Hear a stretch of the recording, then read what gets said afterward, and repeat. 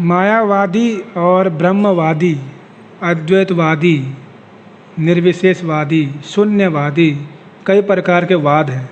जहाँ वाद होता है वहाँ विवाद रहेगा, ये ध्यान देना। निर्विशेषवाद, शून्यवाद, मायावाद, अद्वैतवाद, द्वैतवाद, अचिंत्य भेदाभेदवाद, ये सब वाद है। तो वाद मतलब क्या है? अद्वैतवाद और मायावाद एक नहीं है, ये ध्यान देना। वदन्ति तत्त्वविदस्तत्त्वं यज् ज्ञानम अद्वयम् ब्रह्म इति परमात्मा इति भगवान इति शब्दते। भागवत का वचन है कि ब्रह्म, परमात्मा, भगवान, परम सत्य की तीन अनुभूतियाँ हैं, ब्रह्म, परमात्मा और भगवान। तो जो मायावादी होते हैं वो कृष्ण के प्रति अपराधी हैं। क्यों? क्योंकि वो न ब्रह्म को स्वीकार करते हैं, न भगवान को, न परमात्मा को। वो किसको मानते हैं?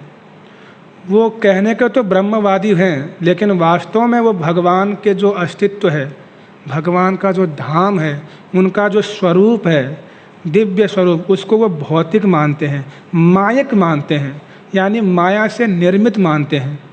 जो राम जी का शरीर है, जो भगवान कृष्ण का शरीर है, उसको वो क्या मानते हैं? माया से निर्मित मानते हैं। तो माया से निर्मित मानते हैं तो फिर उनको कहा जाता है मायावाद।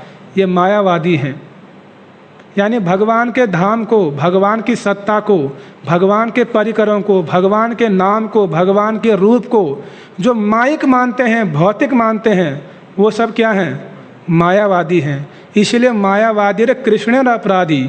भगवान की सत्ता को आप माया कह रहे हो, ये कितना बड़ा अपराध है, बहुत बड़ा अपराध है। लेकिन जो ब्रह्मवादी होते हैं, ब्रह्मवादी क्या है? भगवान को निराकार मानते हैं, लेकिन सगुण साकार भगवान को भी वो सत्य मानते हैं। यही अंतर है।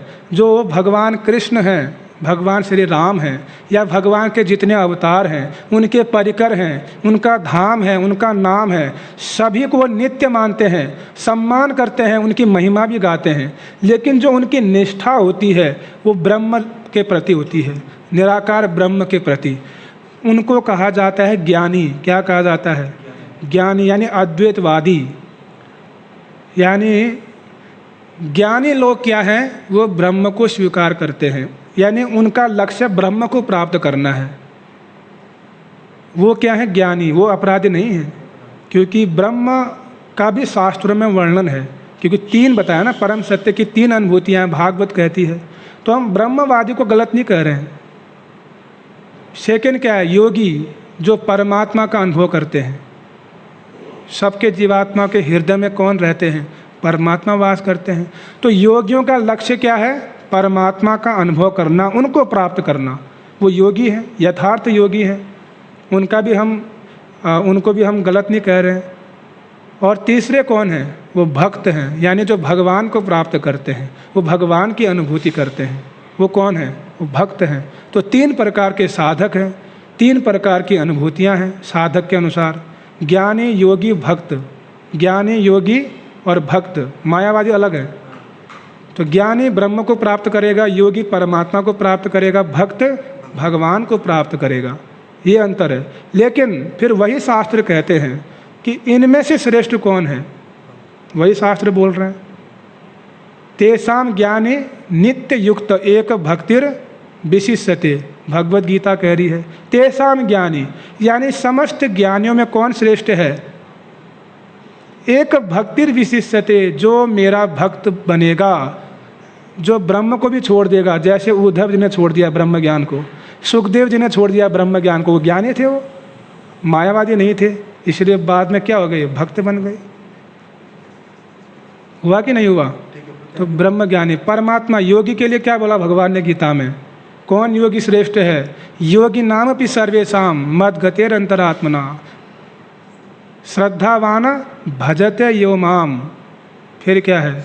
समय युक्तो तमो मतः।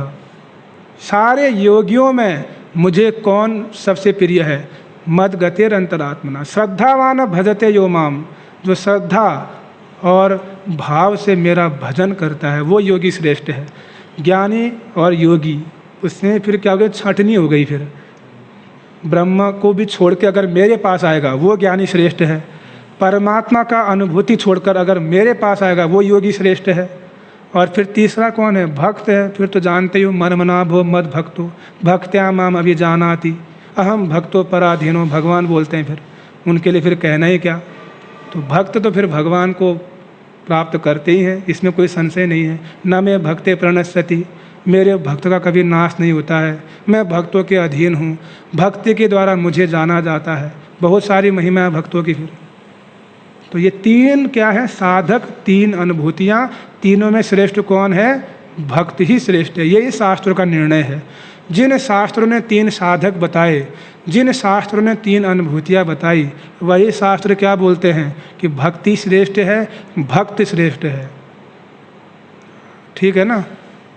अद्वैतवाद, ये मायावाद अलग है, उसको इनमें मत घसीटो, वो तो कहीं भी नहीं आते हैं, इसलिए वो अपराधी हैं।